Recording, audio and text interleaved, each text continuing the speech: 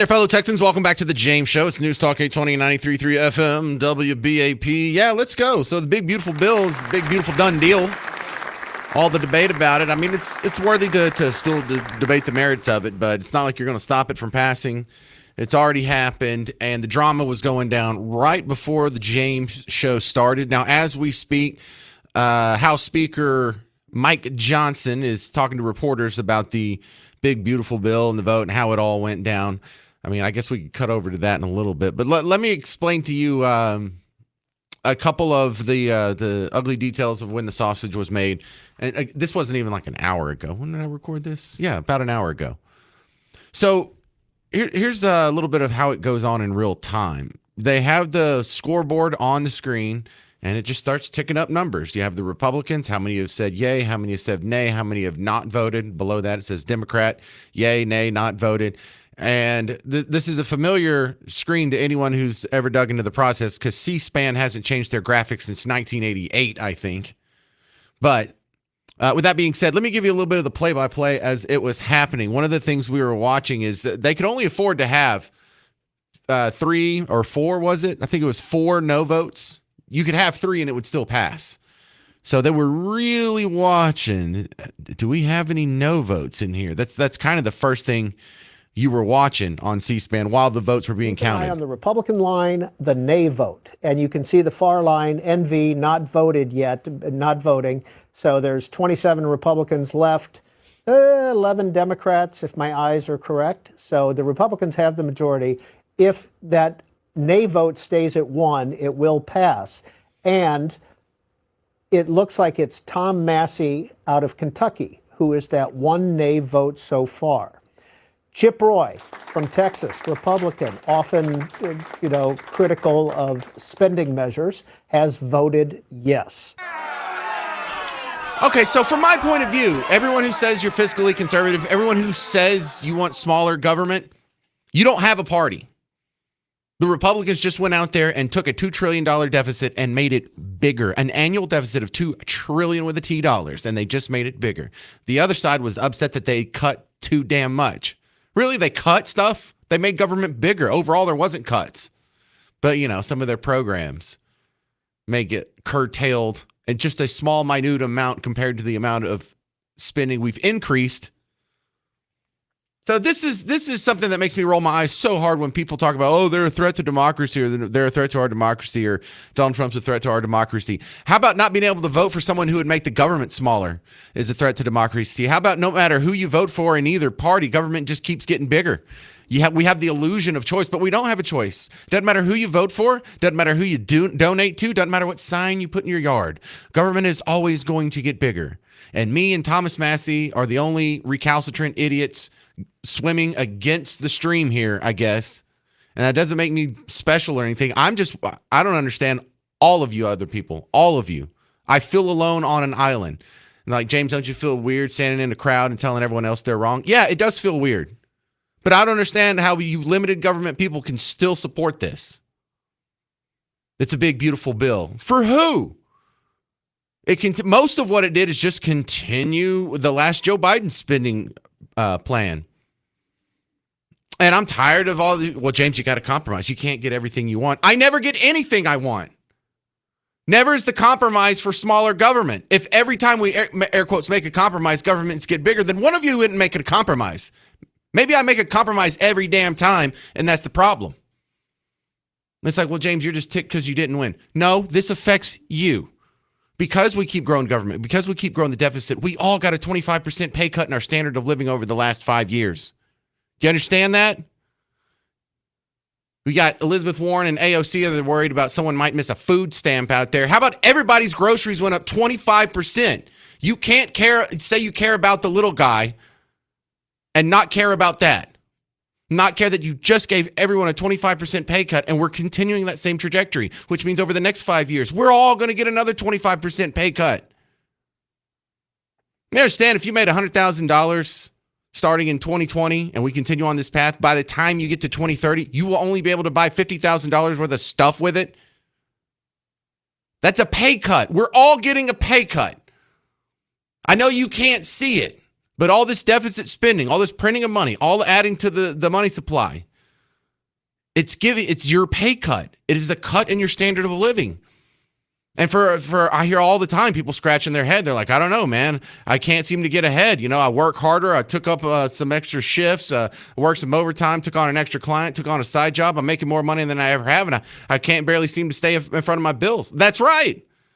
Because if you made $100,000 5 years ago and you bite, scratched, and clawed, you got a promotion, you took on some extra clients, you got a side job, whatever, and now you're making $125,000, you're maintaining your standard of living. You're just treading water. This is why you can't get ahead. This is why poor people can't get ahead. This is why people of color or oppressed or marginalized or disenfranchised people, this is why they can't get ahead. You're too busy calling the other side Hitler to do a little bit of math and learn economics, and we all have to suffer for it. And a pox on both your houses. Unless you love government. If you love big government, then you've got to love the two-party system. If you love growing government, you've got to love the fact that no matter which party you vote for, the government's going to get bigger. The politicians on both sides of the aisle, Team Red and Team Blue, they are fighting, scratching, clawing every day to make sure government gets bigger. You have no reason to gripe. But for the rest of us, I don't understand why you're all just whistling, running right into a bandsaw of inflation. Not insisting that we cut government. We didn't do it for Austin just a month ago. We didn't do it for DC now. This is choking you. Do you not realize this is choking you? This is choking all of us. And there's no, Thomas Massey is the only guy that's like, hey, maybe we need to get our fiscal house in order. We can't keep doing this forever. We can keep doing this for now. We can keep doing this for 5 years, maybe 10 years. But right up until like the Soviet Union collapsed, everyone was telling you everything's fine. They're a co-equal superpower. They're just as powerful as us. They can send people into space. They have intercontinental ballistic missiles. They're tinkering with this new thing called the internet too. And then months away, they collapse. Why? Economics. This stuff right here. That everyone's okay. $2 trillion deficits. Why not make it bigger? We're going to pay the bill. Unless you pass away in the next 5 to 10 years, we're going to pay the bill. And it's even more devious if you are going to pass away in the next 5 to 10 years, because you're going to get your share of all the goodies and all the handouts and all the redistribution, and you're going to stick your kids and grandkids and great-grandkids with the bill. And they're going to have to be treading water while holding a brick, thanks to you. And I don't mean you. I just mean the people at large. I'm sure you're a limited government person. So the big, beautiful bill passes.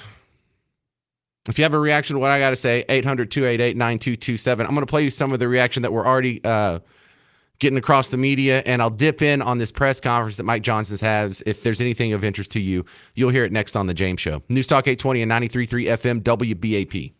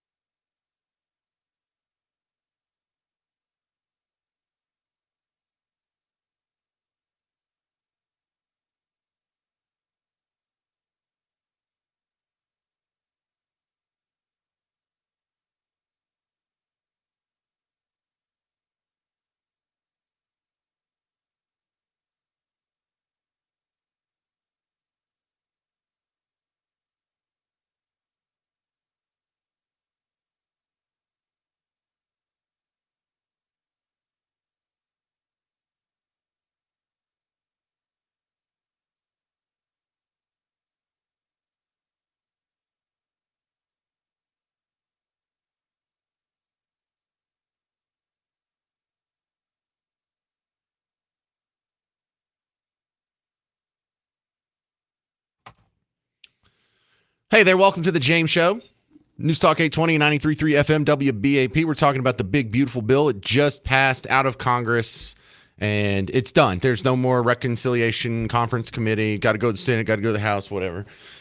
It's a done deal now. I was listening to Speaker of the House Mike Johnson's press conference explaining, what happened here, and it's just a bunch of nerdy parliamentary stuff. Would administer the new laws, and so there was a process there for a couple of days where we allowed that time for them to explore all that, to talk with leaders in the administration. All right, I almost fell asleep just listening to that. It's really boring. So I'll say it in a way that's more entertaining here. We're going to lesser evil ourselves right into bankruptcy, y'all. Lesser of the two evils seems to be the mantra for our entire life. And we're just going to ride that all the way into an economic grave. Congrats. Status quo. And I don't know who I'm madder at today, because the Democrats are just ridiculous, off the charts, exaggerating. People are going to die. No, people aren't going to die. No, Elizabeth Warren said people are going to die, so I'm not making it up. Okay. So the Republicans keep working on this bill, and it keeps changing. And it keeps getting worse. So the latest, based on what they've done, is that about 17 million people will lose their access to health care. And just so everybody understands about this, who we're talking about your cousin's baby. Yeah, it's the same thing they were saying about USAID. The cuts to USAID, we've already had 300,000 people die. Oh, really? Name one. That's how we work. We just have to spin ourselves into oblivion, or people are going to die. What an intellectual shortcut that is. Now, you don't even have to think about, oh, well, people are going to die. Then I guess socialism is better than capitalism. We haven't learned the lesson of the last 100 years. The best people to watch in a situation like this is people that try and be neutral. And see, as how I absolutely detest both of our national parties. I kind of fit that bill. But C-SPAN actually tries to walk the line halfway between Democrat and Republican. So I was watching them, because while they were waiting for the final vote to come in, they were taking some calls, and they got them from both sides here. Check this one out. First, we'll talk to Lisa, who's a Democrat. Of course, she thinks the big, beautiful bill is terrible. Yes, I just wanted to say that I think that the Republicans should be ashamed of themselves for taking so much away, health care, things that people who are really desperate, who've depended on this system and paid in their whole lives, they should just be ashamed of themselves. And Jesus says that whatever you do to the least of these, that you do to me. Yeah, bring up the Christianity thing. That was something that Alexandria Ocasio-Cortez tweeted 4 hours ago. House Republicans voted for cuts for every single American on SNAP in exchange for some signed merch, voting to starve babies, the disabled, the poor. And they have the audacity to brand this as Christian. What does that word even mean to them? Wearing a necklace? Yeah, we all voted to starve babies, the disabled, and the poor. Sure, that's what we stand for. Could there be any bigger of a straw man? You're just an evil person. That's why you would vote for this. To starve babies, the disabled, and the poor. Does anybody really want? Raise your hand. Call in right now if you want to starve the poor. Not one person in America says, no, I want to starve the poor. It's starving the poor? Does that count as starving them if you don't give them food through a federal government program? Is the government starving me? I'm not getting any money from a federal government program. I'm not getting any food from a federal government program. Am I being starved? No, James, you can take care of yourself. So can everybody else. And for the disabled people who can't, the small people who are actually disabled, not people who are just getting a crazy check, I think private sector charity did a much better job taking care of them for all of American history up until Lyndon Baines Johnson. This is a far worse situation than we had beforehand. And that's one of the big drivers. Once we put charity in the hands of government, it got really expensive, didn't it? Once we put medicine in the hands of government, it got really expensive. Once we put education in the hands of government, it got real expensive, didn't it? Well, this doesn't turn hardly any of that around. This is an unacceptable bill because it grows government. And we have people who are griping because it didn't grow government enough. And then they're going to play the Christian card on top of that. Here's Della. I dislike, generally, speaking in generalities, but I'm going to paint the Republicans with a broad stroke. They seem to all be cruel, and uncaring of the average American. This bill is for the rich. They are taking so much away from the average American. I don't know how they can invoke Jesus in all of their speeches. I disagree with everything that Johnson said. Yeah, so keep bringing up the Jesus part. I love that. Point to me in the Bible where there's a poor person and Jesus said, "Hey, go tax rich people. Get the Romans to tax rich people. We'll start a program and they'll feed him." No, that's not what he said. He said, "Feed the poor." When he told the parable of the Good Samaritan, and there was a guy who was beat up, left on the side of the road, did the Samaritan stop and say, "Hang on, I'm going to go lobby the Romans to pass a law forcing you to buy health insurance"? Is that the Christian way? Or is the Christian way why you see so many hospitals that still have the legacy of Christianity on them? Presbyterian Hospital, Baptist Hospital, Methodist Hospital, all over the place. Why? Because Christians used to take care of that. But we took that away from the private sector. We gave it to government, and now we have a mess that's worse than what we had before. And no one wants to turn that around.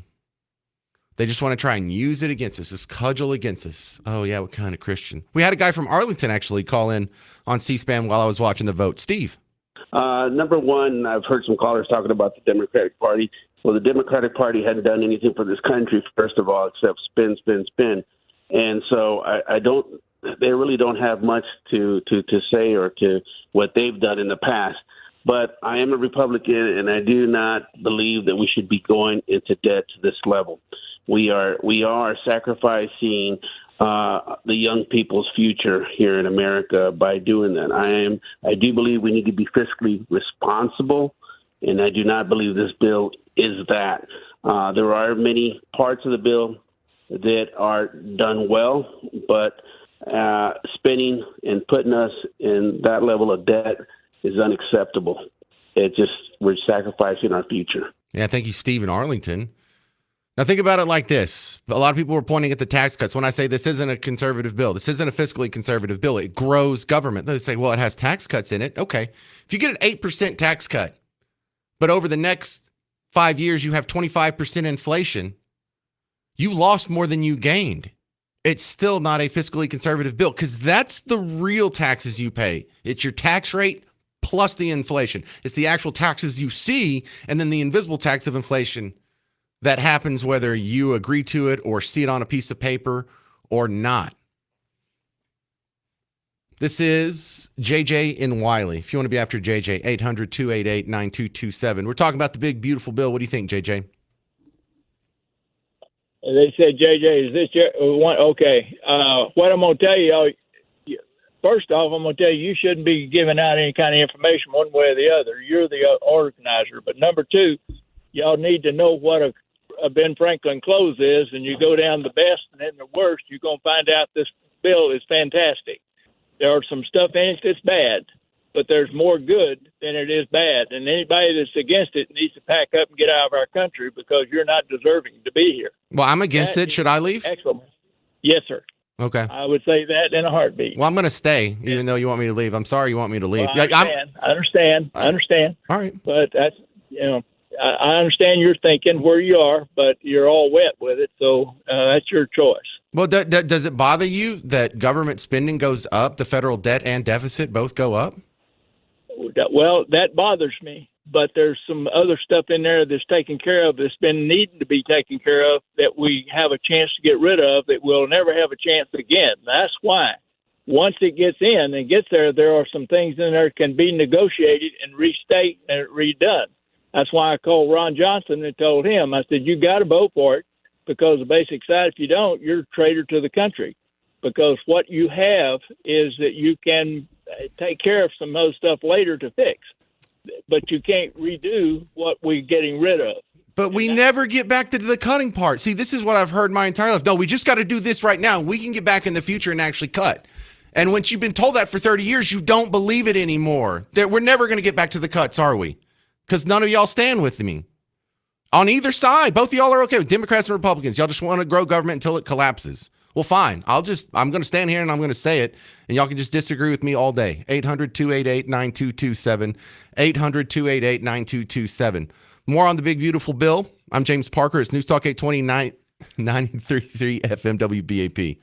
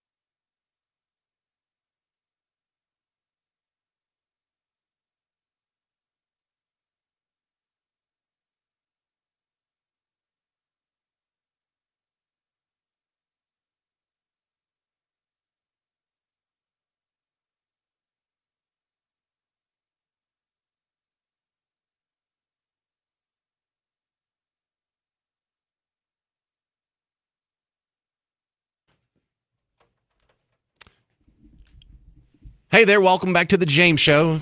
If you're still listening, I'm James Parker on Newstalk 820 93.3 FM WBAP. Talking about the big, beautiful bill. Me and Thomas Massey and Rand Paul are not big fans of it because it's too big. Republicans, the rest of them voted for it because they like it. Democrats think it's too small. So this is one of the shows where I feel like I'm on an island. And look, I got an email here from Jim. Says, I give up on you. You are almost as difficult to listen to, flapping your ignorance, as Jeffries. Oh, thank you. And then he says, R.I.P. So I lost Jim. Yeah, I really sound like Hakeem Jeffries. Jeffries is worried because it cuts too much. I'm worried because it doesn't cut enough. You're closer to Hakeem Jeffries than I am. You understand that? Your version of statecraft is close. I'm on the other side of you from Hakeem Jeffries. So no, you're closer to him, Jim. I'm further away. You don't like Hakeem Jeffries? Then why are you so much like him? Why are you more like him than I am? I do not like the big, beautiful bill. I do not like the fact that no matter who you vote for and who you send to office, government grows. Doesn't matter if we have a Doge that comes through and sweeps all this stuff out and we're told that so many cuts are being made that thousands and millions of people are going to die and the government still grows. Everyone else is okay with that. 49 out of 50 senators on the Republican side are okay with growing government. Democrats are just off the reservation. They can't grow it fast enough. We're reaching a fiscal cliff. We have like 7 years left on Social Security before that trips. You know what happens when that trust fund runs out? The people who get checks are going to be limited to just whatever the intake is. They're going to get about a 22, 23% cut. Everyone's Social Security across the board is going to get cut 23%. Medicare, Medicaid, same trajectory. We can't keep this up forever. And we're only stealing from the future. When we run deficits, you're stealing from your future self. And if you're not going to be here very long, you're stealing from your children and grandchildren. This is intergenerational theft is what we're doing. It's immoral and it's wrong. And I'm tired of people who say they're fiscally conservative just going along with this. Because you're telling me, not you, I'm saying, the people who call themselves Republicans but support growing government were just told me in January. Remember when we had the government shutdown and they're like, well, we're just going to do this continuing resolution. We're just going to kick the can a few months because we just have to keep going so we can get all these things done. And then we'll go take care of that in the future. Well, it's the future and you're kicking the can again. So no, that doesn't work anymore. You can't say, well, we'll just get this done now. And then in the future, this mystical, mysterious process that never seems to happen is going to magically happen this time. And you'll get your way, James. Just keep going with it. No. Mike in Texas over here said on Twitter/X, chill out. The spending problem can be fixed by future bills. The bill isn't perfect, but it's a miracle we got anything past the finish line with slim majorities and stalling Republicans. You could have gotten anything you want past the finish line with these majorities. If just the same people voted in the same way, you could have had a different bill. You could have Thomas Massey and Rand Paul voting with you too. If this was my first day paying attention to politics, I might fall for this. But we are more than 30 years of my adult life. I've been paying attention to politics, and this is what I hear every time. I can't take it. I can't pretend to be okay with this. I know it's not good for the show either. I know I have a lot of Republicans and a lot of pro-Trump people out there who I'm turning off right now. And I'm willing to risk that, to be honest with you. I like Trump too. I just don't like growing government. I can do both. I'm not a traitor either. Don't try and kick me out the country because I don't want it to be bankrupt. Terry and Allen, you're on WBAP. Yeah, James, I understand that we need to have a balanced budget. But the thing is, you can't take it from $3 trillion deficit or whatever it is and $33 million debt down to zero in one fiscal Of course you can. term. Of course you can. You of course you No, can. you No, well, can't. not You the can't, national James. debt, That'd but bring a total economic collapse to this country, and the Democrats the Democrats, the socialists, and the communists would be in control of this country forever. Our children and grandchildren would be socialists and communists if Trump lets this economy collapse so that he can balance the budget in one fiscal term. Yeah, but Terry, history says the opposite's true. The more you grow government, the more you get over your skis with social programs and debt, the more likely your kids and grandkids are going to fall and be socialists and communists. What happened in Venezuela? Did they turn to socialism and end up with a bigger or smaller government? Did they get to socialism by shrinking their government, or did they get to socialism after growing their government? The history says the exact opposite of what you just claimed you're concerned about, sir. Well, point to a time in history where we had a $33 trillion deficit and we reduced it to zero in one fiscal term. Point to that date in history. Well, that's impossible because no one's had a third. It never happened, James. It never has happened. Okay, let me tell you this, Terry. Growing from the beginning, and this is the biggest step that we've ever taken toward fiscal responsibility. JJ, hey, and you guys Terry, are fighting it. Terry, I got some good news for you. They're actually first off, there's not a historical precedent where anyone's ever run up this amount of debt, but we have had giant debts in the past, and we have paid them all off in one fell swoop. Did you know J.P. Morgan paid off the national debt in the 1800s? Well, we don't have anybody like J.P. Morgan He doesn't know, and that's okay. He's just going down this path, and he's making some emotional claims there. So we can't cut government, we can't balance the budget, or it'll collapse, and we'll all end up in communism. I don't think that's a rational economic argument, but I appreciate the attempt. Boots in McKinney, you're on WBAP. Go. With you, and just for the gentleman and Alan, I believe you were referring to the deficit, not the entire debt. We know what he was talking about. We know what he was talking about. Yeah. So 2 points. One, I'm furious as normal and not surprised, particularly at Senate Republicans, for pumping this thing up worse. Craven cowardice. John Cornyn, if you're out there listening, once again, selling us down the river. When we had when you're right on sheer votes, it has been the chance if Republicans closed ranks all across the board, we could have done a lot better. Second point, I'd just like to point out to Democrats out there, I don't want to hear Democrats use the words cruel or Christianity again, ever. And I know that's a harsh statement, but I don't want to hear about cruelty or Christianity in reference to Republicans when the Democrat Party has overseen the largest genocide of unborn babies in the history of the world and still advocates for transgender mutilation. I just can't stomach that. That's, don't wave the morality flag at me as a conservative or a Republican when you're standing on, Bro, I'm not concerned about morality right now. I'm concerned about economics. I'm concerned about whether we have abortions or not. If we don't get this debt under control, we're going to collapse. How did the Soviet Union fall in the early 90s? It wasn't a military intervention. It wasn't because they aborted too many babies. It's because they couldn't afford it anymore. Same reason the Ottoman Empire fell, British Empire fell, Spanish Empire, Roman Empire. This is how empires fall. You either get run over by the next military that's bigger than you because they have a better economy, or you just self-implode with a self-made economic collapse in the same way we're doing now. Rome did this. They went from a gold standard to a fiat currency, and they inflated their currency to where it was worthless tokens that people threw around. They had 2/3 of the city of Rome on the grain dole, food stamps, when the Goths came and knocked it over in 410. 800-288-9227. I do not like this big, beautiful bill. What do you think? You're going to hear from some more people next on The James Show. News Talk 820 and 93.3 FM, WBAP.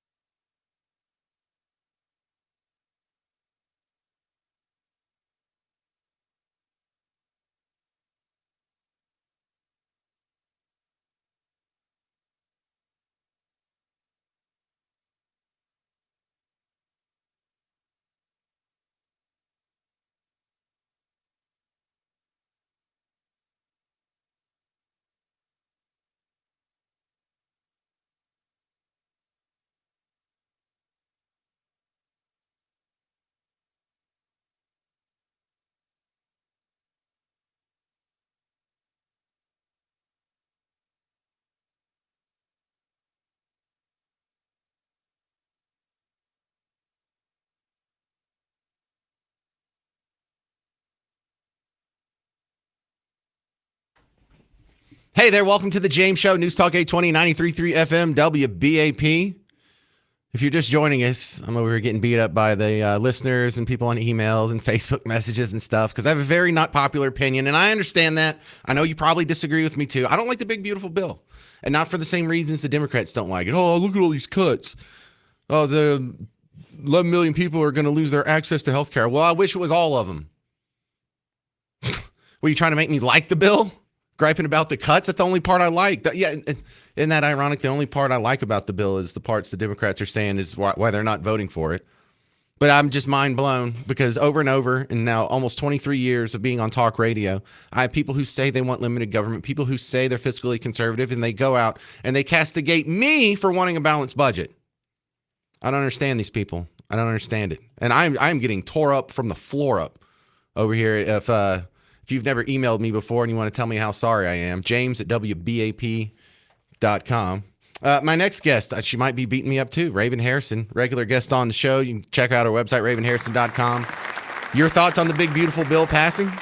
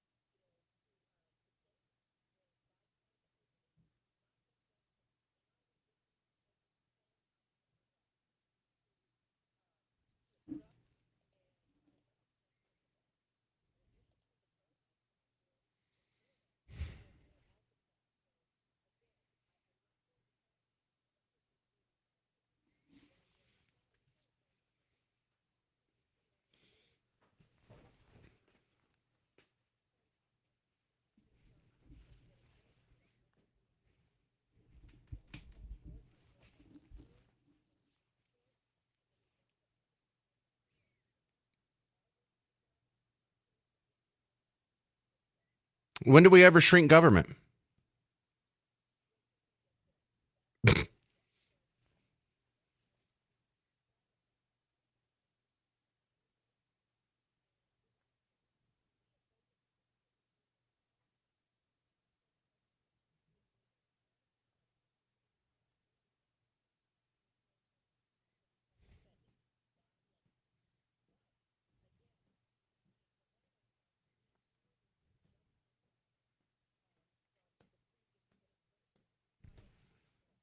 But if we can't do it now, when will we be in a better position than right today?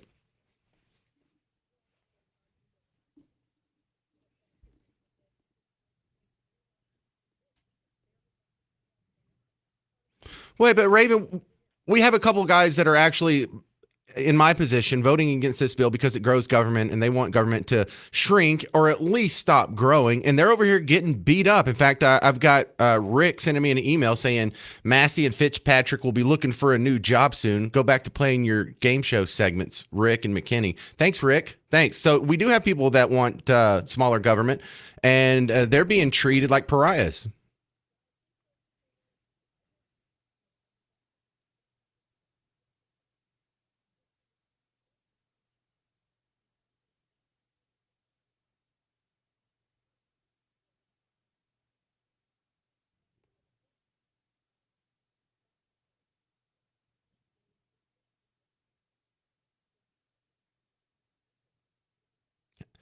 How do you hand it over to the Democrats? They can't pass anything without us.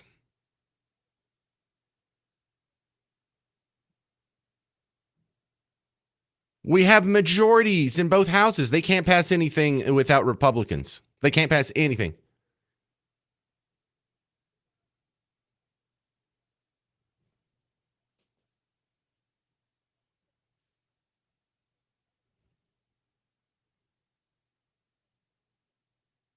So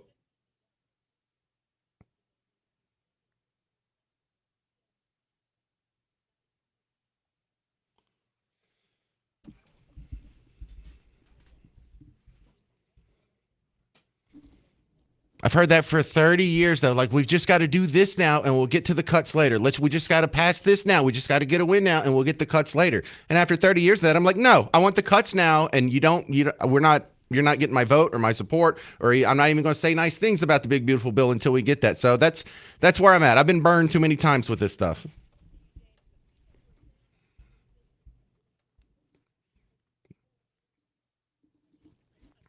All right. So we got a primary out, everybody but Massey and Rand Paul. Because I'm down for that. Well, considering who the rest of the Republicans are, that's probably a badge of honor for him. All right, thank you very much, Raven. We're just out of time here.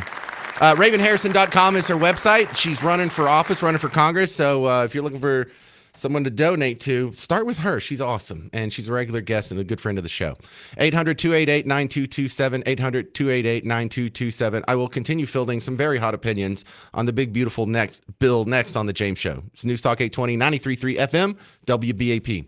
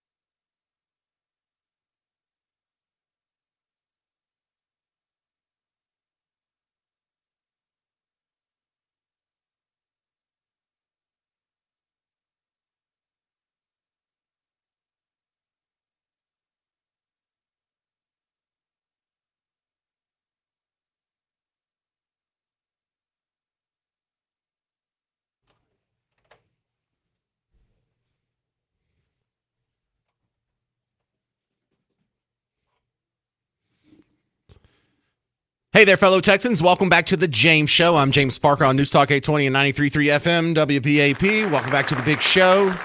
Big, beautiful bill passes out of Congress, and it's done. We're just waiting for it to be signed. I expect that to... Are they about to sign that? No, they're going to sign it tomorrow. Okay. In fact, that would just flash on the screen. Yeah, breaking news. The president announced he's signing it. Some sort of ceremony coming up. Whatever. I'm not too happy with it, though. And I like extending the tax cuts. I like some of the other minor provisions in there. I like the work requirements on SNAP and Medicare, or Medicaid, I should say. But the fact that it grows government more than it cuts is a deal breaker for me. I would like to balance the budget. And a compromise to me would be like, okay, well, let's cut the annual deficit in half. But what's not acceptable is growing government. And what's not acceptable is even keeping it the same size. Yet I have 49 out of 50 Republicans saying, yeah, let's grow government. We're fiscally conservative. Just not now. And so Democrats, you're off the plantation. No pun intended. You guys can't grow government fast enough. You just can't drive off a cliff fast enough. Republicans, you're right behind them. My big problem with the Republicans, capital R, not you, not most of the people listening, but the ones in political power right now, is y'all are too much like Democrats. What's the point of even voting for you if you're going to grow government every year, no matter what happens? So that's kind of where I'm at now, and I'm taking quite a bit of heat for it, too. We'll go back to the emails in just a second, but it's not looking good for old Parker over here. This is Connie in Lucas. You're on the James Show on WBAP. Hi. I want to say a few things before you respond, but I just want to tell you, I'm not calling to beat you up. I agree with a lot of what you're saying. I really do. But I also know this is a perfect example. Okay, I like Massey and Ron Paul, but did you know, as far as I know, Massey did vote under Biden to extend the debt ceiling. Did you know that? Yeah. Okay, well, how is that helping? You see my point? But my point is, the Freedom Caucus is... Wait, can I respond to that real quick? I think, for one thing, the increase in the debt ceiling this time is $5 trillion. So that's with a T, $5 trillion. So he never voted for that before. Also, Massey was probably sitting around with 216 other Republicans in the House of Representatives going, look, just vote for it this time, and then we'll get to the cuts later. We just have to pass this now. We just need to get this win through. We just need to get this through, and we'll do the cuts. You can't get everything you want now. You can't just cut it all at once. And it's everything that people are saying to me now are probably what they were saying to him when he did that vote. So it's not that he violated his principles today by voting against growing government. It's that people made false promises to him that warped his vote in the past, and he's not sticking with it anymore, and I'm not either. Anyway, go ahead. Let me finish, though. I'm not Sure. Go ahead. You know, I'm all for cutting things, too. That's the problem. There's not enough. The Freedom Caucus is about the only ones that will cut things, okay? And you need more of them. And the thing is, there is a rescission package that was passed in the House. You know of that, right? That they're cutting. Now, I don't know if it'll get past the Senate, but it has been passed in the House. And that's cutting more things from Dodge and other things, okay? So that's a separate bill. And that has passed the House. And I want that all cut. I do. I'm the first to tell you, there's not going to be a country left if we don't start cutting tons of stuff out, okay? Then how do you support this? Because this has a lot of good cuts, and I'm hoping several rescission bills will pass, is what I'm trying to tell you. I'm hoping those rescission bills will cut more. Okay, so in 6 months from now, Connie, when there's no rescission bills and we still have government bigger than it was last year, are you still going to support the Republicans? Over the Democrats, I will, because they're like horse. And so then we're never going... I know, but because of that, we're never going to get cuts. Left and right. Well, get more people. You know, this is the problem with Massey and Rand Paul. I like them both. And I'm not going to attack them. I'm not. I see their points. But why don't they get more Republicans to go with them, and then we could do all this? But they don't. No. There's no they. You don't. The reason Rand Paul and Thomas Massey don't hold more power and sway and get their way is because of you, Connie. People like you who say you're fiscal conservative. Because I'm not against them at all. You are. No, listen. No, I'm not. not. I know you're not against them, but you say you're for fiscal conservatism, but you support the big, beautiful bill. You still support the party that gives you bigger government every year. And you haven't given me a boundary on how far does it have to go before you cut it off, because you don't stand on your principles. And not just you, Connie, millions of people who say that they're fiscal What is conservative. your solution? Stop No, supporting the I wanna hear you. Republicans. Primary every No. Republican that voted for this. All 49 senators, including the two in Texas, and pretty much everyone in the House except for the two guys that voted against it. Primary all of them. Okay, Or what vote gets third me, party. though, is you don't realize the Democrats are never going to let you cut stuff. Never, never. And, you know, that's the problem. They've Good. given a free turkey to everybody at Thanksgiving, and they think they should continue giving free turkeys to everybody at Thanksgiving. They let the border open. They let 15 million people in, and they knew if they let them in, then we would have trouble getting them out. That was the whole point of opening the border Look, to begin with. Don't you Republicans are realize better than that? Democrats. I'll give you that any day of the week. But we can't keep doing this lesser of two evil things. We're still going to fly off a cliff. We're going to lesser of the two evils our way straight into bankruptcy, straight into fiscal collapse. So if we're going to have a fiscal collapse going 60 miles an hour or 50 miles an hour, that's the Republican Party versus the Democrat Party right now. Rand Paul, Thomas Massey want to hit the brakes, turn this car around, and stop driving toward a cliff. And if you're not with me on that one, I don't understand how you call yourself a fiscal conservative. I don't understand how you can say you're a limited government conservative and support this bill, or really support the Republican Party. 800-288-9227. 800-288-9227. Victoria Churchill with Young Voices coming up next on The James Show. News Talk 820 and 93.3 FM WBAP.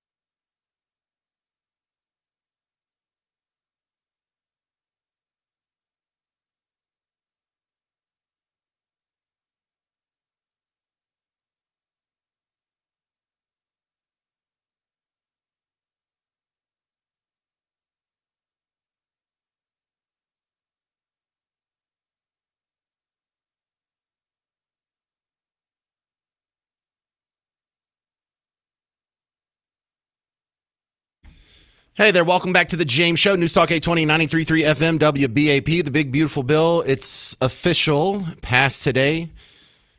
On the thinnest of margins through the House, they like the Senate bill. Here's the moment. 218, the nays are 214. The motion is adopted. Do some USA chants here. All right. We got it. My next guest helping us out with this, Victoria Churchill from Young Voices, back on the James Show. I'm not a big fan of this. I realize a lot of people are happy that Donald Trump got a win legislatively, but it still grows government, and I don't like that. Victoria, you with me? Yeah.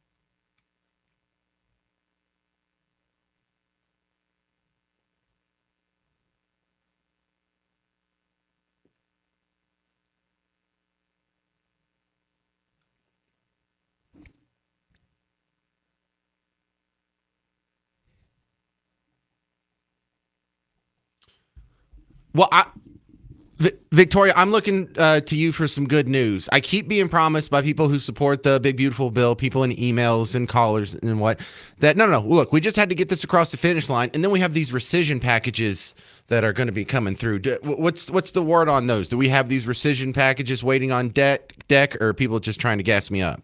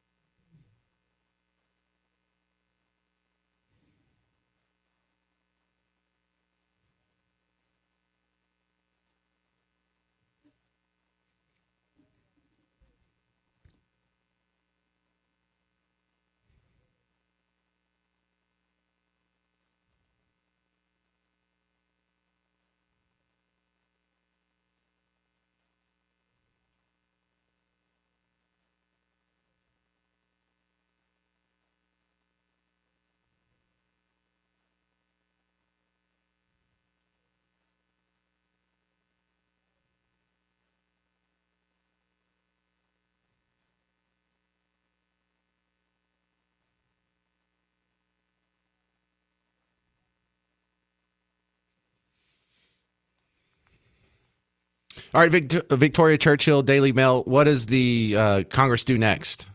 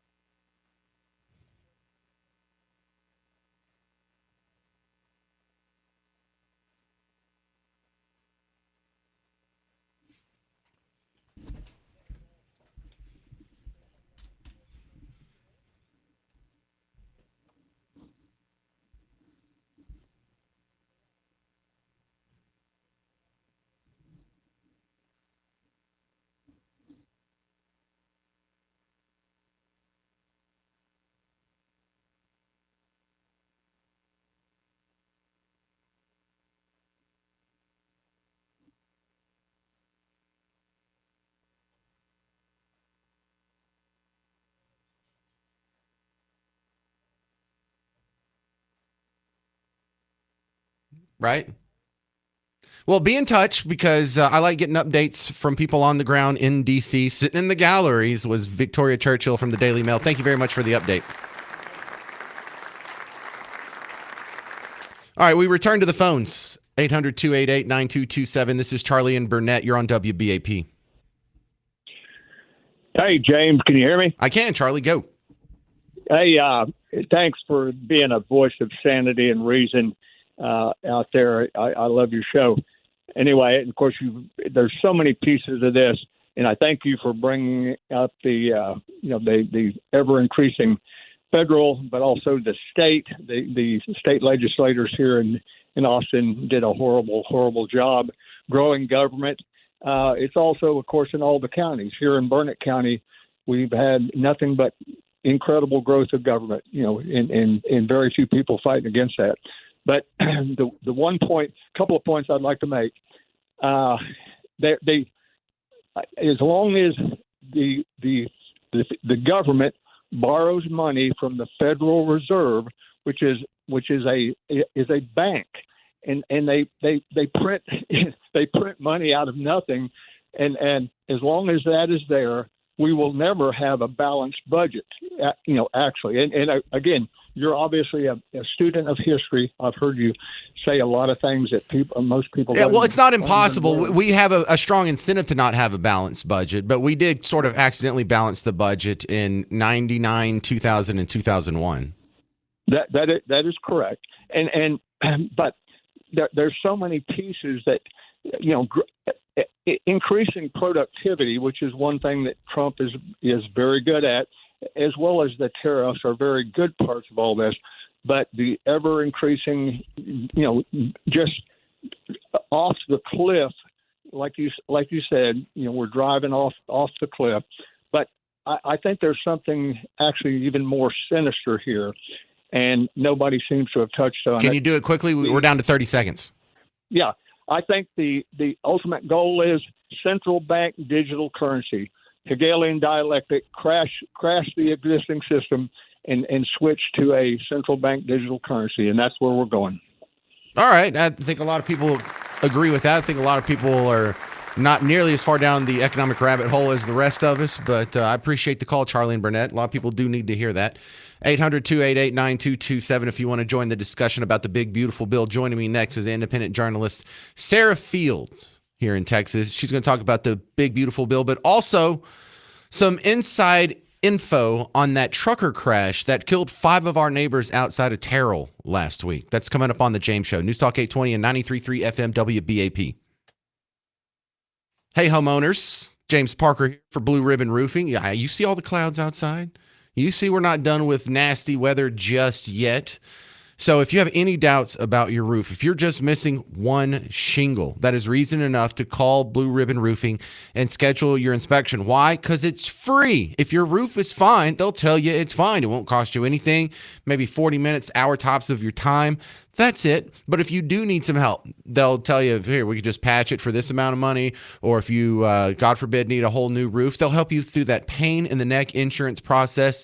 Because if you go to your policy and you call the number that they want you to call to try and get a claim on your roof, that's not the same number that John Hopkins is going to call from Blue Ribbon Roofing. He knows the real number to call to get the person whose job isn't to short you as much as possible, and you're just starting off on the wrong foot. Well, that's okay. You haven't done this thousands of times. John, Tish, and Trevor have. So that's why you call them at blueribbondfw.com. They'll help you with the insurance. The inspection is free.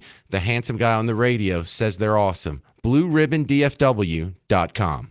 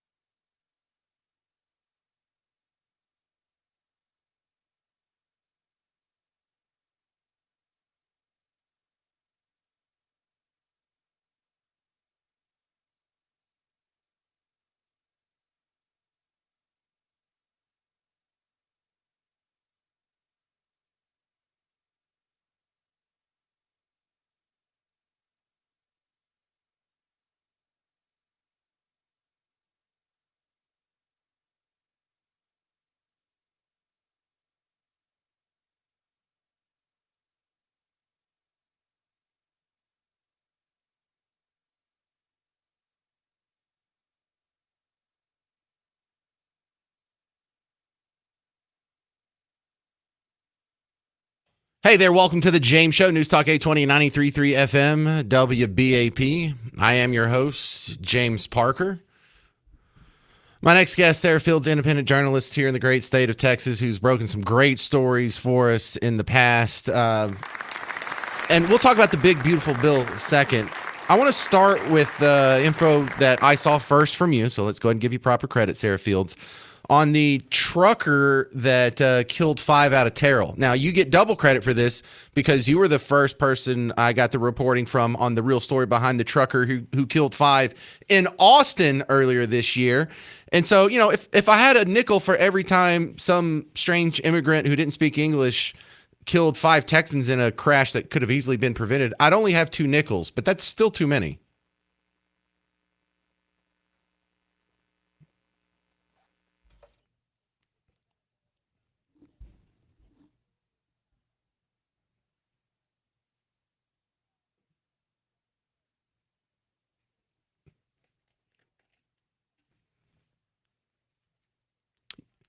Yeah, Duffy quote tweeted you.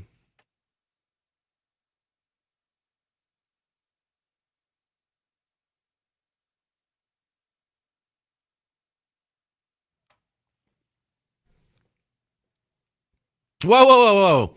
This dude killed 5 people and his bail was $7,000? Good Lord. Okay.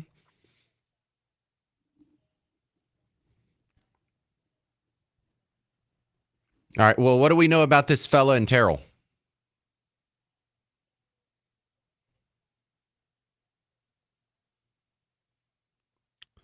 Campagnoni. It sounds Italian, right? Like, is he going to give you a taco or pasta?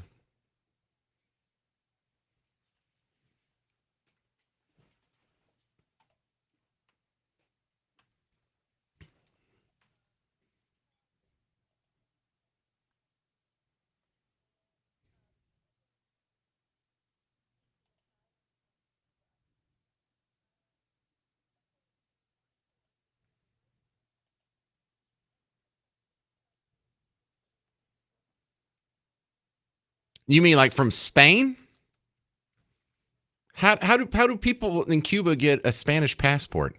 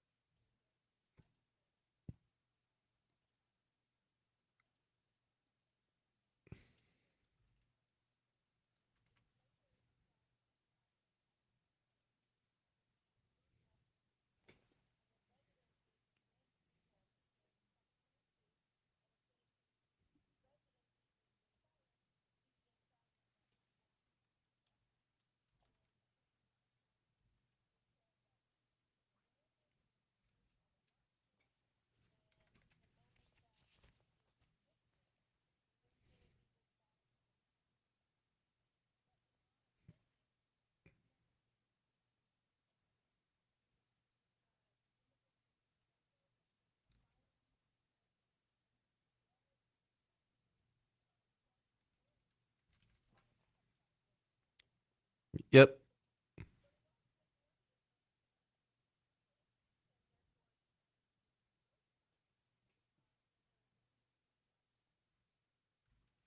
So we also have this being a pattern now. Now that it's happened more than once, you know, I've seen some of your reporting looking into it. There are giant companies, and I don't want to say giant, but there are big organizations who just bring in pools of these immigrant truckers, and they're putting out of business the native truckers. I don't want to say Native American because people think Indian when you say that.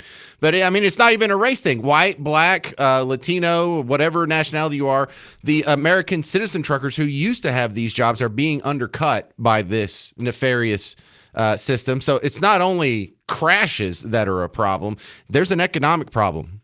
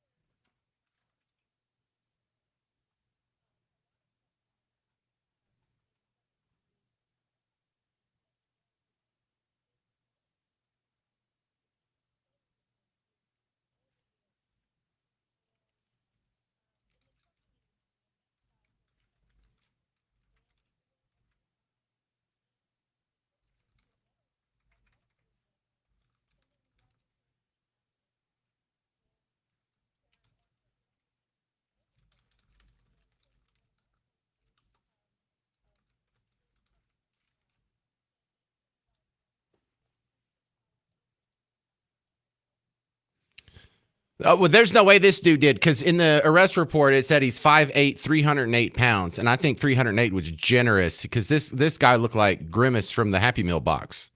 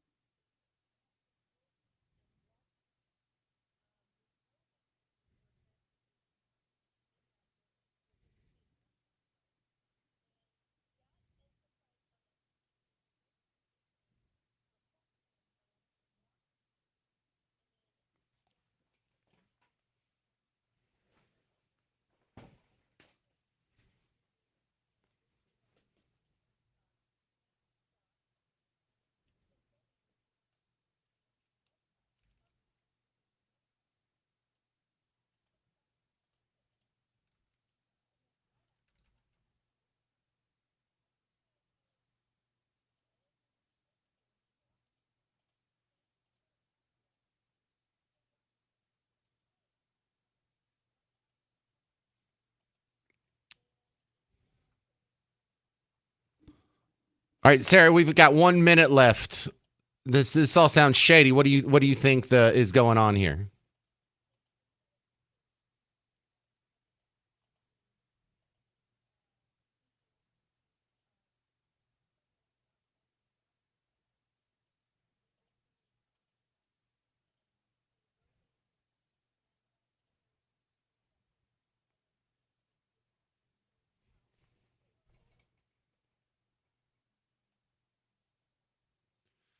Whew. All right, that's a lot to take in, but I appreciate you doing all the legwork and sharing it on the James Show. This is Sarah Fields. She's a great follow on Twitter.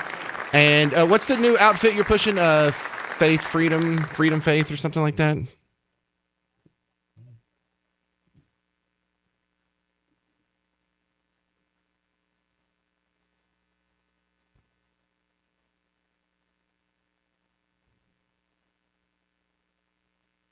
All right, good stuff. That's Sarah Fields. Coming up next, we're going to go back to the phones and I don't know. Am I going to get beat up about the big, beautiful bill some more? I'll read some emails where people disagree with me. I'm just not a fan. I'm not a fan of growing government. This grows government. I'm not a fan. I like some of it. I like some of the tax cuts. I like some of the other provisions in there. But overall, if I'm a yay or a nay, put me down for a nay. 800-288-9227. I'm James Parker. It's News Talk 820 and 93.3 FM WBAP.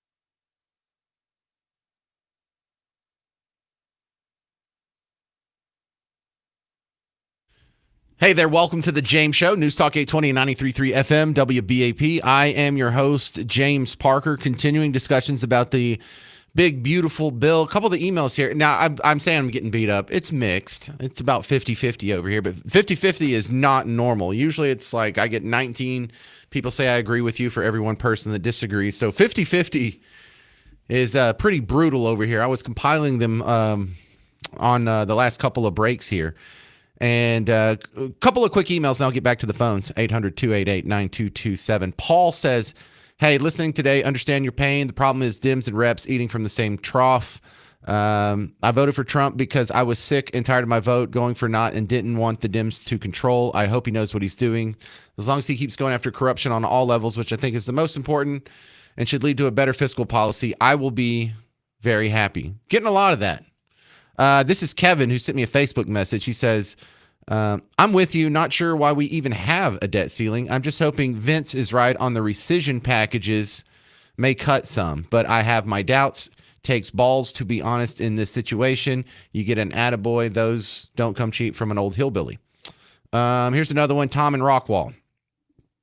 My brothers-in-law and I were discussing this very recently, and just like you, we're of the mindset government must be made smaller and the budget balanced. But there are two ways to balance the budget: drastically cut spending or increase receipts to the Treasury. The last time we saw a budget surplus in this country was 98 to 2001, and it wasn't because of reduced spending. It was because of economic growth. That in conjunction with rescissions and a better trade balance and tariff receipts could actually bring us closer to a balanced budget than we've been in some time.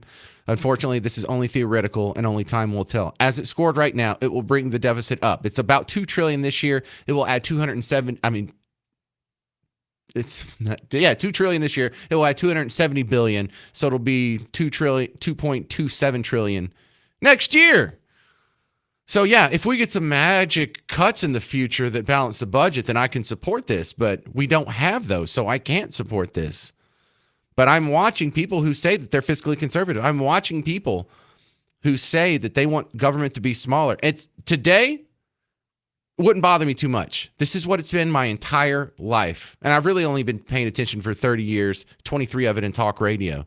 And I hear this every time. We have to raise this debt ceiling. We have to pass a budget. There's a government shutdown. There's the omnibus. We got some sort of spending bill. Every time I'm told, James, just take a back seat. We'll get to you next. You wouldn't put up with this if it was your spouse, would you? Would you do this for 23 years if your spouse is like, oh, I have a headache, we'll do it tomorrow. Oh, I don't feel like it, we'll do it tomorrow. Oh, it's that time of the month, we'll do it tomorrow. After like 23 years, you'd say, I don't think we're going to do it tomorrow, wouldn't you? We're going to do it now. Or no, let's get off that metaphor. Steve in Brookton, you're on WBAP. Hey, I'm not going to beat you up. I agree with you. But this bill did not go far enough at all. Is there a but coming? No. Oh, okay. The government needs to be cut, slashed. Department of Education, gone. All this spending, gone. Stuff needs to go back to the states. You had a caller earlier that told you that if you didn't agree with him, you needed to get the hell out of the country. That's the kind of attitude that won't let us get anything done, because people have settled into two camps, the Dems and the Republicans. There's no compromise anywhere. And when people have that attitude, it just shuts down any progress at all. Well, here's what I find super frustrating as a guy who's clearly an independent third-party thinker here. My problem with the Democrats and Republicans is they're so damn alike. They pretend like they're opposite sides of the spectrum, but you guys are teetering on just on the same tree branch, just inches away from each other. From my point of view, I mean, Republicans are Democrats that want to close the border as it stands right now. I mean, if you don't want to cut government, you want government to be bigger. You still have entitlements. You still have 70% of our government's going to be socialist spending. Does everyone realize that? Like, if we got rid of the socialism in our government, the budget would be more than balanced tomorrow. More than 70% of what the government spends is them taking a dollar from you and giving it to someone who didn't work for it. That's 70% of our budget. I think we need the convention of states, get in term limits. Look, that sounds nice, but are we going to get a convention of states and end up with a government the way I see fit, like sort of the libertarian founding fathers constitutional government? Or are we going to get more Democrats and Republicans just rehashing the same thing out of the convention of states? Because if 49 out of 50 Republicans are okay with growing government, convention of states is going to be worse for us. I think our problem is that you have too many people that they will talk about doing things, but they don't actually get out there and do anything. They're not going to. People. We need the convention of states, but people will not be active enough to get that going. All right, that's good stuff. Let me go to another caller here. Thank you, Steve. This is Dwayne in Cleburne. You're next up on WBAP. What's up, Dwayne? Well, I hear you. I came in kind of late, but I hear you referencing the CBO projections. Yeah. Is that correct? Yeah. The CBO has never been correct. Understand that. Yeah, they've always undercut it. They have. They have absolutely. Every time since Reagan, they have, when the supply side tax cut happens, every time they have dramatically underestimated the tax revenues. So if your position is based on CBO projections, you're just wasting your time. Yeah, but we're not going to grow the government so much that we get an additional $2 trillion a year in tax revenue and therefore make up the deficit, the annual deficit. We're not going to beat this by growing out of it. That's not even a possibility. Because I don't think that's correct. Okay, so our entire economy is what, $38 trillion now?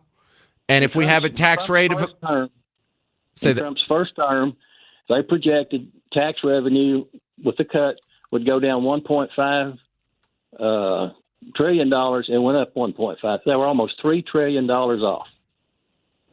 Yeah. Okay. So let's put it like this. Right now, let's just use a round number. The GDP of the United States is about $40 trillion if you round it up, and we take in about $4 trillion in taxes. So we have about a 10% tax rate. So in order to make up the other $2 trillion in taxes that we're short, we would have to have another 20 trillion size of our economy. So we have to grow our economy by 50% in the next 12 months in order to balance the budget. That's too optimistic for me to buy, sir. That's not going to happen. I don't follow your numbers. I don't think they make sense. My only point is, forget the CBO. Look at the projections from the Economic Council that's headed by Kevin Hassett. I remember George W. Bush saying we're going to grow out of it. I remember Trump saying we're going to grow out of it. And here we are with a bigger government and bigger debt and bigger deficits. If we come back in 5 years and we haven't grown out of this and we still have a big old fat deficit, I want you to call me back and I want you to say, sorry, James, I was wrong. Because I never get that. I never got people calling me back saying, Trump's crashing the economy. Look at the stock market. Now we're at all-time highs. They were saying that 3 months ago. Am I getting... All right, I got to go. It's the James Show. I'm James Parker, 800-288-9227, News Talk 820, 93.3 FM, WBAP.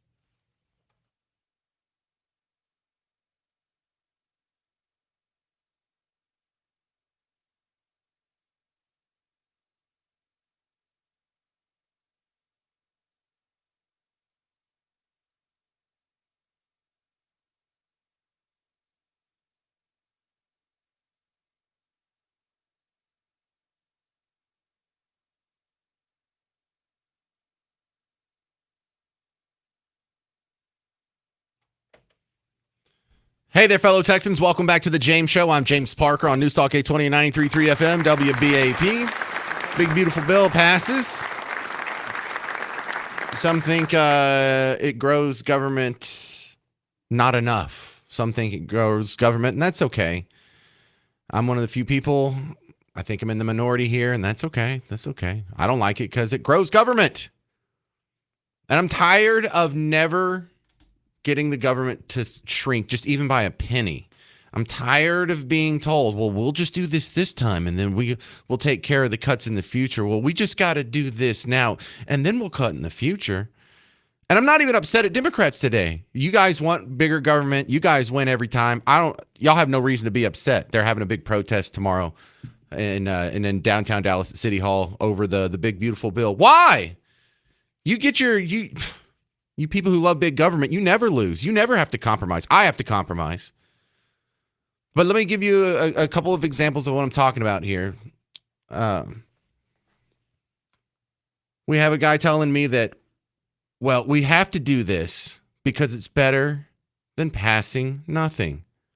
See, I don't buy that. I don't understand.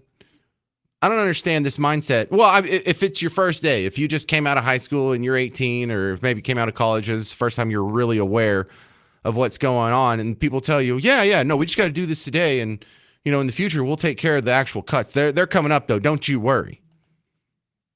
I don't understand how anyone falls that for a second time, much less for 30 years. So I've been an adult for 30 years. I'm 48, and every time I pay attention to this, I get told the same thing.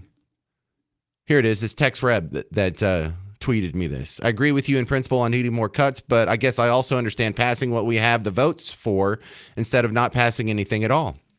And having the Trump tax cuts expire. I absolutely understand your frustration, though. How come is it in my entire life, in your entire life, in all of our entire lives, we've never had the other side say, well, we've just got to pass what we have the votes for. I guess we're going to have to cut government because it's better, this plan to cut government, it's better to pass this than nothing at all. How come they never have to say that? How come the people that want to grow government never have to compromise? And I do every time. It's not a compromise if I lose every time. It's not a compromise if the big government people win every time. The powers that want to grow government, if they win every time, how about you ask them to compromise? How am I the only one that sees it like this? And I find this super frustrating, being my head on the table, because 49 out of 50 Republicans in the Senate voted for this. There's only one guy that actually wants to cut government. There's only two guys in the House that actually want to cut government. Don't ask me to vote for Republicans again. Democrats, you're way off the rocker. Party of slavery and Trail of Tears and segregation and Jim Crow. I'll never vote for you. And Republicans, the only saving grace you had is that you're not Democrats. But if you're going to be 80% Democrat, and what, you're Democrats that close the border? That's not enough anymore. I'm tired of getting a 25% pay cut. You got a 25% pay cut in the last 5 years. We're going to get another one in the next 5 years. We're going to get a 50% pay cut over the 2020s. And that's what you get for, we'll just do it next time. No, this kicks me in the teeth. This makes it harder for me to pay for my kids. I got 4 kids. I can't send them to college as it is. And everyone just made it harder. I'm like, James, shut up. We just have to pass what we can instead of not passing anything at all. Shut down the damn government then. Try that. It'd be better than this, I promise. Joe, Grapevine, you're on WBAP. Hey, how are you, my friend? I've been better, Joe. Listen, I know. I agree with a lot of what you're saying, but I'm going to have to say that I don't agree with the timing. And I wish you would just give it a little bit more time. It's something that Secretary Kennedy said when he was accepting. Hang on. Do you not realize how that sounds to me? People have been saying that to me for 30 years as an adult, for 23 years on the radio. Well, this isn't the right time to do it. When is the right time to do it? It hadn't been the right time to do it my entire life. Is that coming up in the next 5 months? Because I remember people telling me this in January. Remember when we had the debt ceiling or the continuing resolution, and they were like, well, no, we're just going to continue Biden's spending limits and raise the debt ceiling because the timing's not right. Well, the timing's still not right 6 months later. When will the timing be right?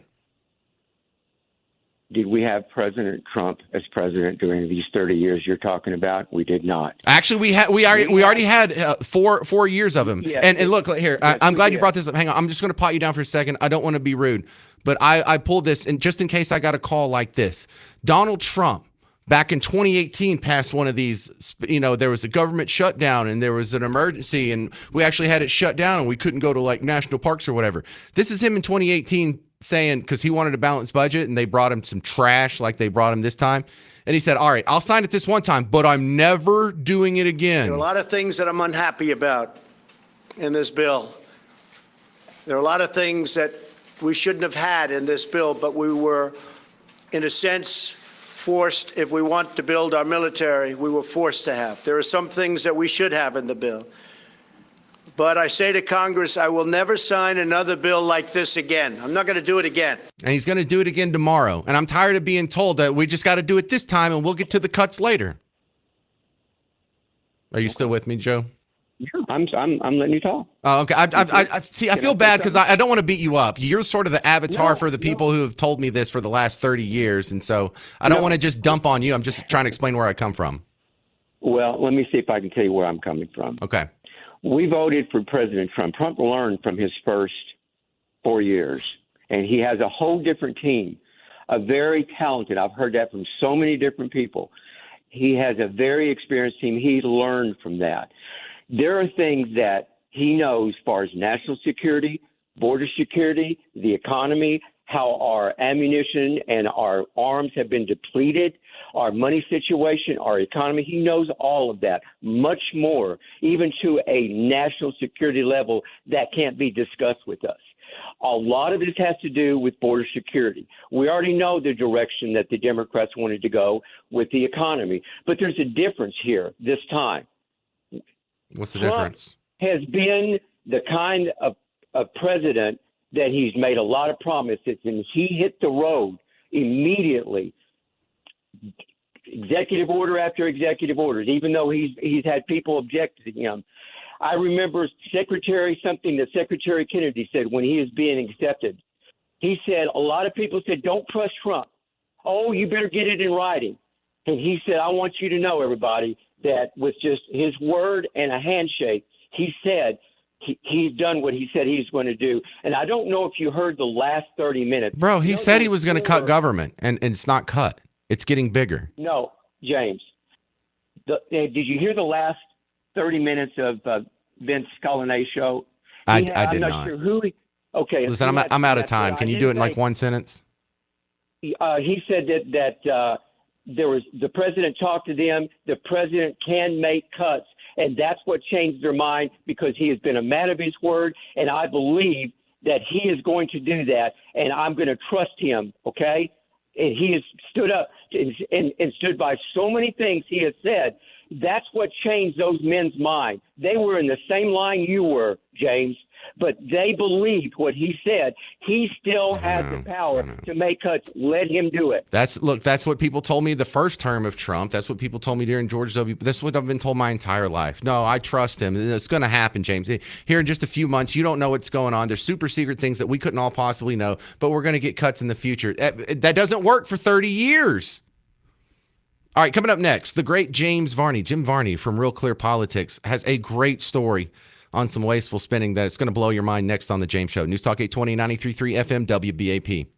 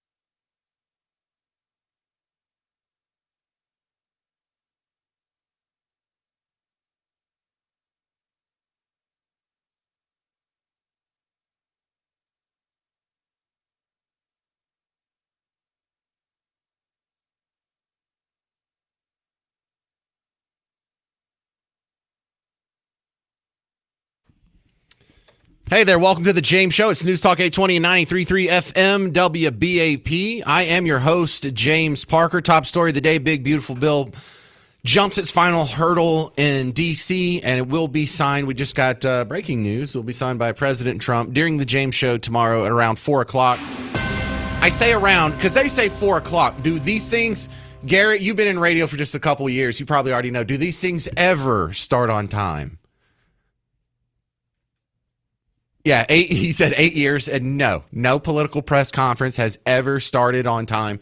If they want to blow our minds, they would walk out there right at the right time. We'd all just faint and pass out. But my next guest, Jim Varney from Real Clear Politics, Real Clear Investigations, has a story that's right up the alley on profligate spending and just how ridiculous D.C. has gotten. First off, welcome back to the show, Jim. Yeah, thanks for having me, James. I'm sorry I misunderstood the Zoom thing now. No, it's a radio show. You don't have to explain that. So your latest investigation caught my eye because the numbers were so huge. Now, there's one office in the Biden administration that went nuts between Election Day and Inauguration Day. They knew that they had this little lame duck couple of months where they weren't going to be in power anymore, but they still had the strings of power. However, you zoomed in on the last 2 days and tell the people listening how bad the last 2 business days of the Biden administration were for the taxpayers. Okay, so in the Department of Energy's Loan Program Office, the LPO they call it, in the last 2 working days of the Biden administration, so this is the Thursday and Friday of the week before Trump gets inaugurated, they approved $45 billion.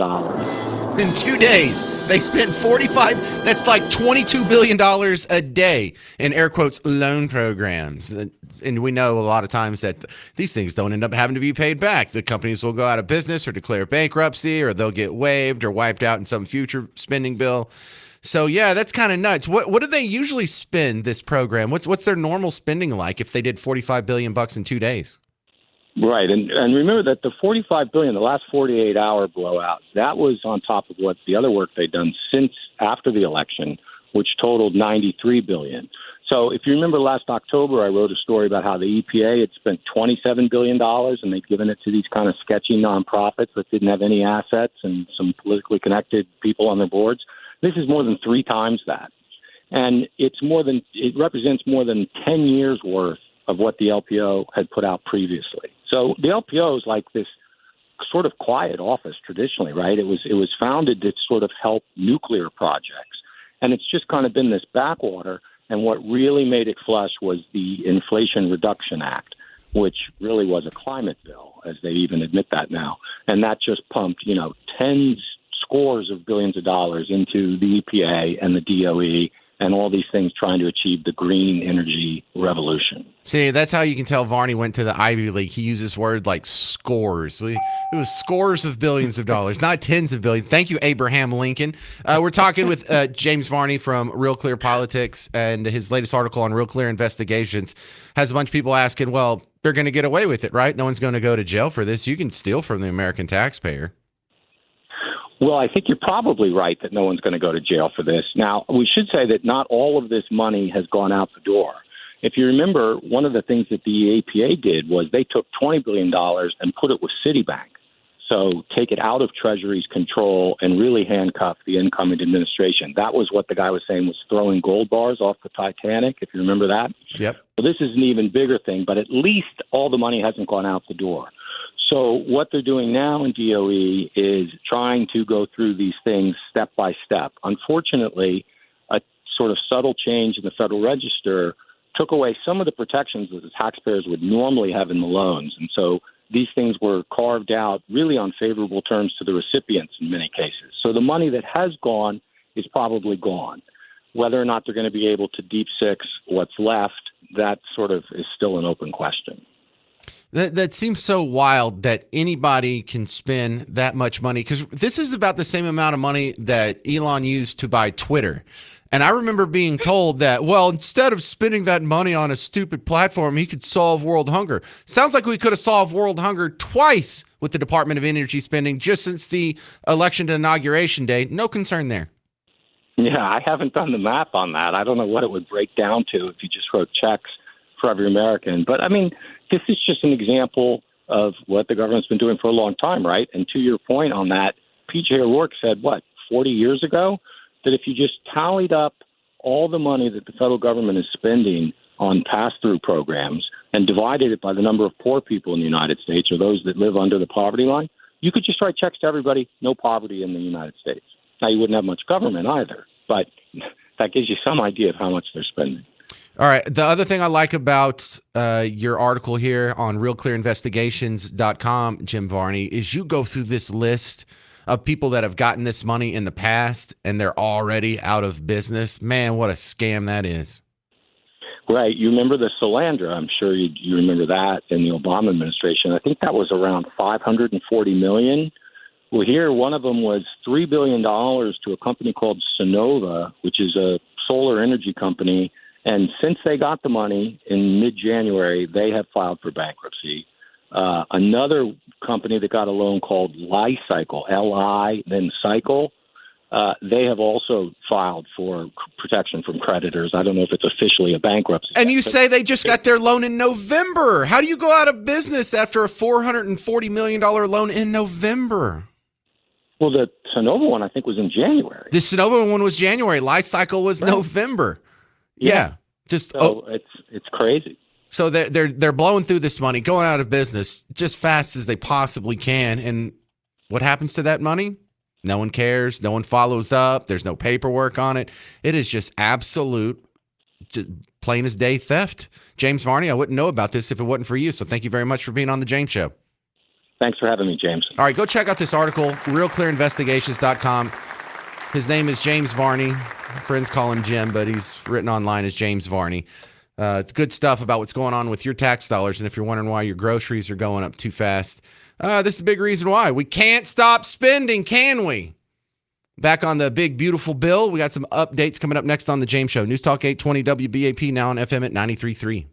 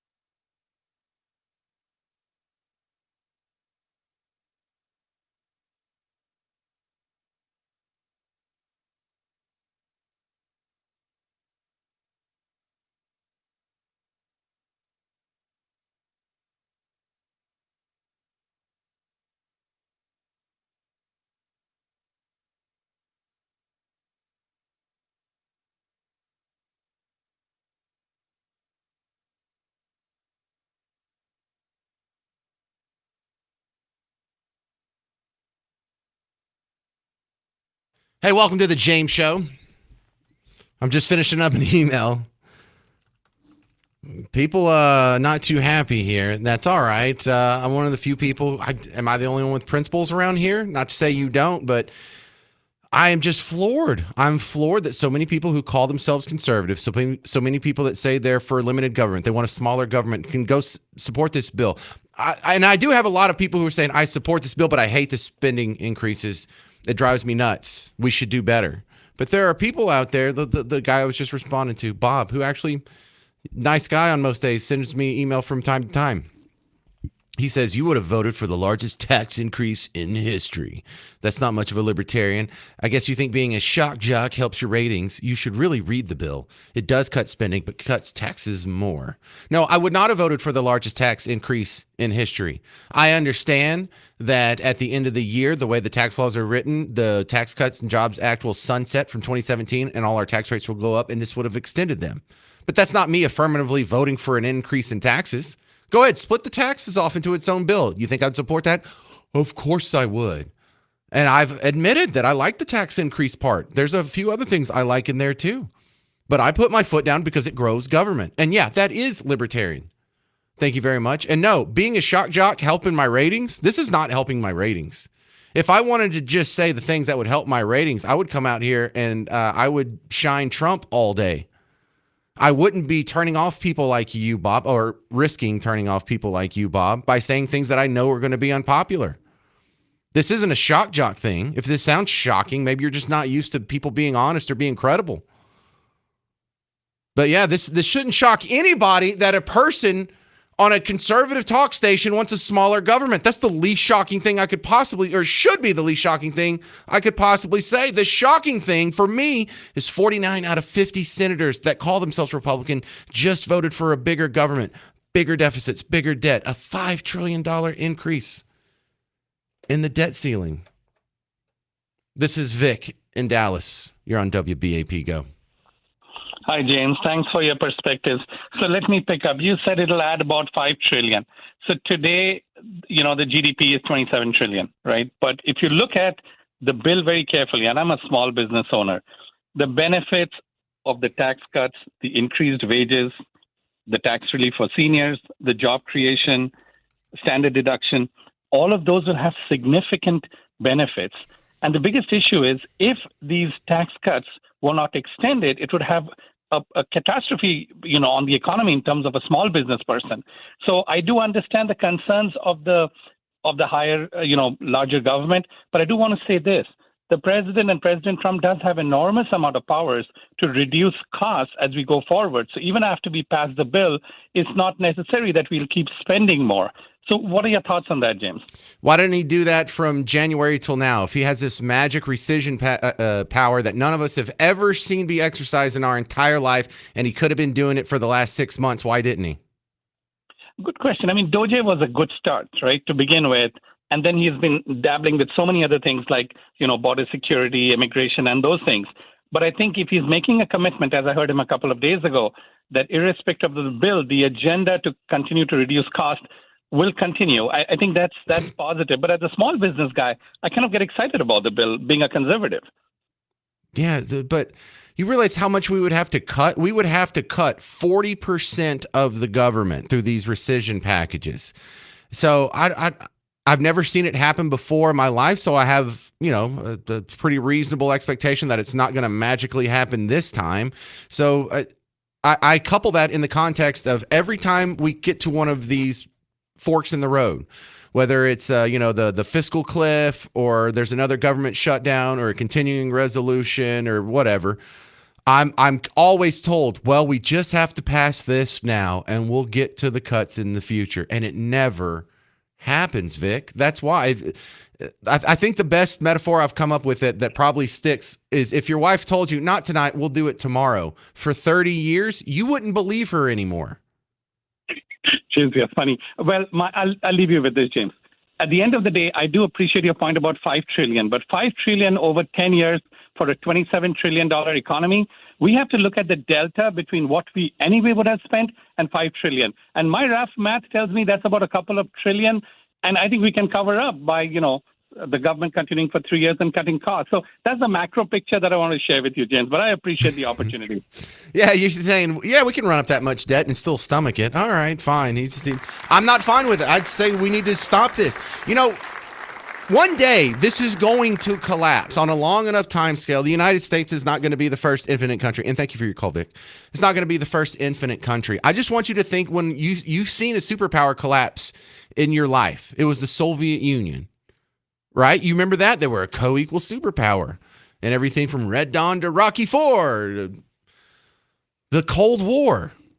And they just collapsed. And it seemed like something that happened almost overnight.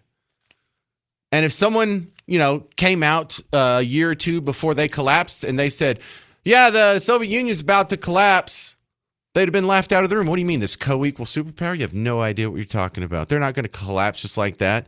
You mean these people that have a space program and intercontinental ballistic missiles and all this, they're just going to collapse? Well, they did. We're not immune from the same thing that has taken down almost every empire. And I say almost every empire because most empires implode from an economic collapse, and then there's some sort of military defeat after that. Every once in a while, there will be someone that just outgrew you next door and they militarily defeated you. But most empires collapse first by screwing up their economy, by doing this, by spending too much money, more than they take in, getting off the gold standard, inflating their currency, grinding their economy to a halt. And it's intergenerational theft. You have to resist the incentive to use government to take money from other people and spend it on you. But for all you people that are concerned about, well, they're going to take away my Social Security, or they're going to take away my Medicare, or they're going to take away my Medicaid. I got an ugly truth for you. Good. You don't deserve that money. It's a failed experiment. And look, you're like, well, it hasn't failed. Okay, Social Security is going to fail in 7 years. Do you want to wait until we go off the cliff before you hit the brakes? Because then it's too late. No one's going to listen to me. It's too easy to act like this problem doesn't exist. Hey, just take off more debt. My kids and grandkids will be stuck with that, not me. I don't think that's very moral. And when this generation is looked at through the eyes of history by future generations, we're not going to look very good.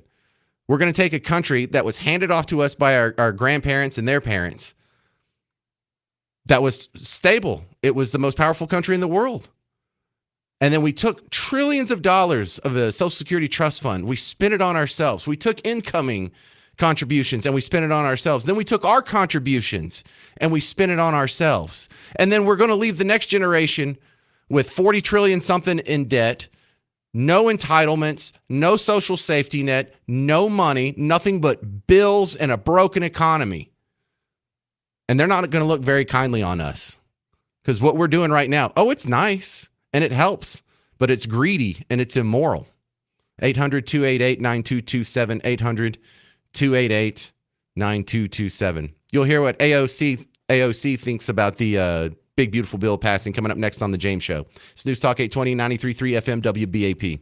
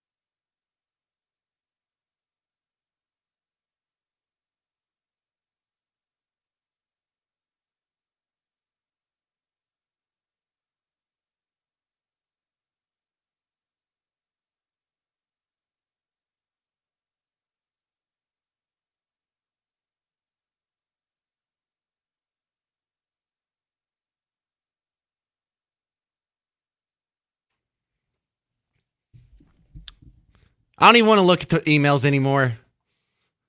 It's James Parker on the James Show, News Talk 820, 93.3 FM WBAP. Yeah, the big, beautiful bill passed. Donald Trump's going to sign it at 4 o'clock tomorrow. 4 o'clock-ish. They told us 4 o'clock. I bet you it'll be after 4 o'clock because they're always late. But I can't hate the two-party system any harder than on a day like today, where Democrats, you're so far off the rocker.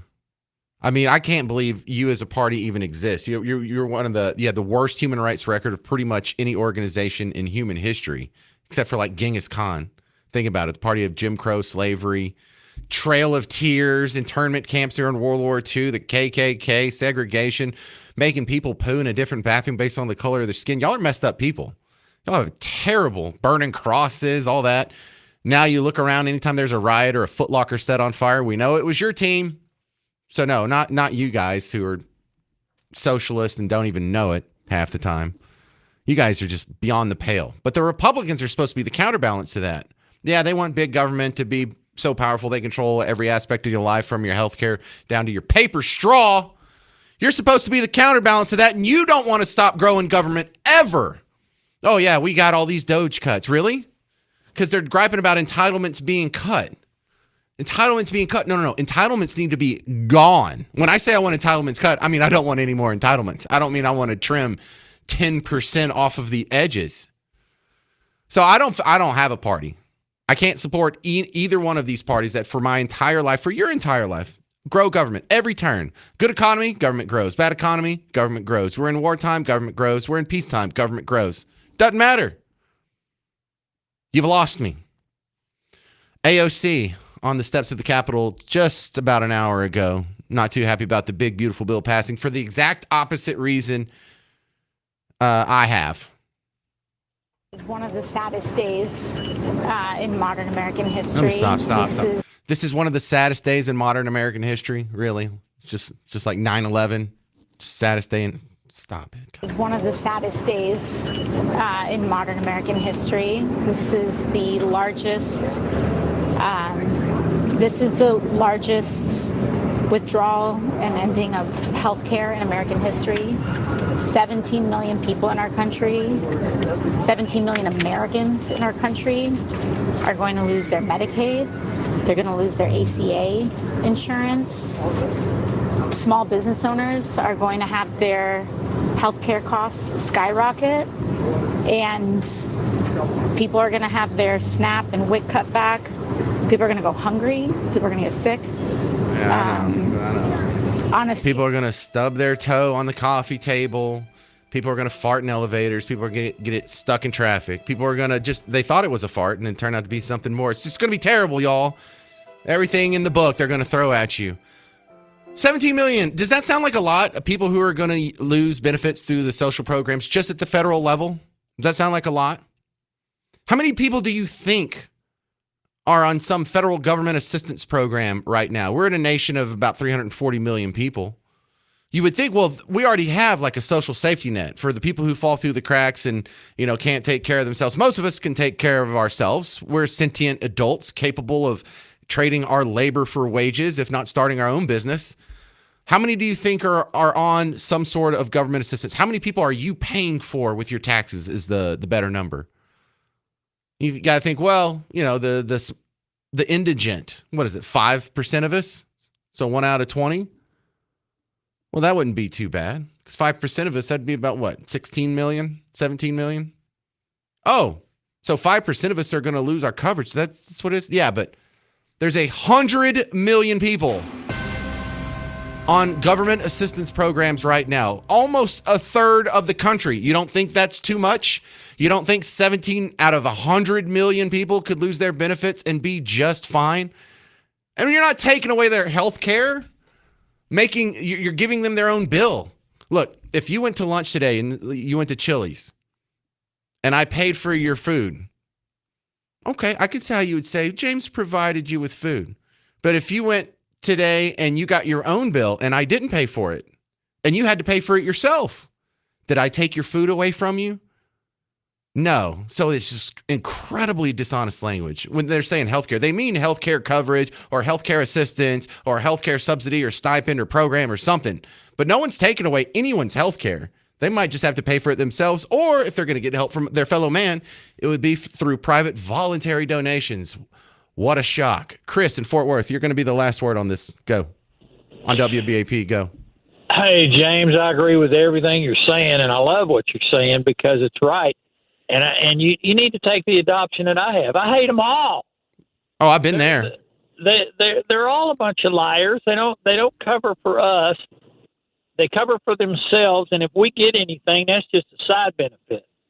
That's all it is. But I would want to say one thing, unless I misunderstood you. Did you say we don't deserve what we get in Social Security and Medicare? We don't deserve it? Is that what you said? Yeah, so you're going to say I paid in that through all the years? And so it's my money and I'm just getting it back? I've got to say that. Yeah. Yes, sir. Yeah, no, that's all right. I understand why you feel that way because, look, whenever you have a Ponzi scheme, the last people to make the withdrawals, those are the people who got off like bandits. The first people that get cut off are the ones who feel like they're screwed. But there's people that are coming up after you, and none of us are going to be made whole after about 7 years. And I'm not taking away your benefit. You already took away your benefit. You already took the money your parents saved, spent it on yourself, your contribution, spent it on yourself, and then contributions from people who are working now and spend it on yourself. If the math isn't still working out, it's got to end. All right, that's going to do it for the James Show. Maybe we'll talk about that more tomorrow. Stick around. Mark Levin's coming up next. I'm James Parker. It's News Talk 820 and 93.3 FM WBAP.